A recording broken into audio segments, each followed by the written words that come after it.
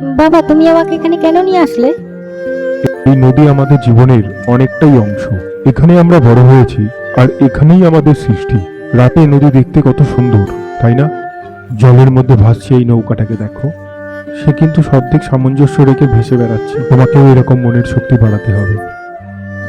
খুব ভালো লাগে বাবা, প্রাকৃতিক সৌন্দর্য আমাকে আকর্ষণ করে।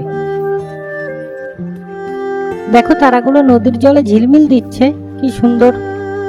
হ্যাঁ, আর এই জীবনের পথ নদীর মতোই, অনেক উতাল পাতাল থাকবে, কিন্তু মনের মধ্যে শান্তি রাখতে হবে। ধৈর্য, শক্তি, একাগ্রতা এই নদীর মতো করতে হবে। ঠিক বলেছো বাবা, আমি চেষ্টা করব। তোমার মনকে শান্ত করতে তোমাকে মনের শক্তি বাড়াতে হবে। জীবনের পথে এগিয়ে যেতে গেলে তোমার ধৈর্য শক্তি অনেক বৃদ্ধি করতে হবে। ঠিক আছে বাবা,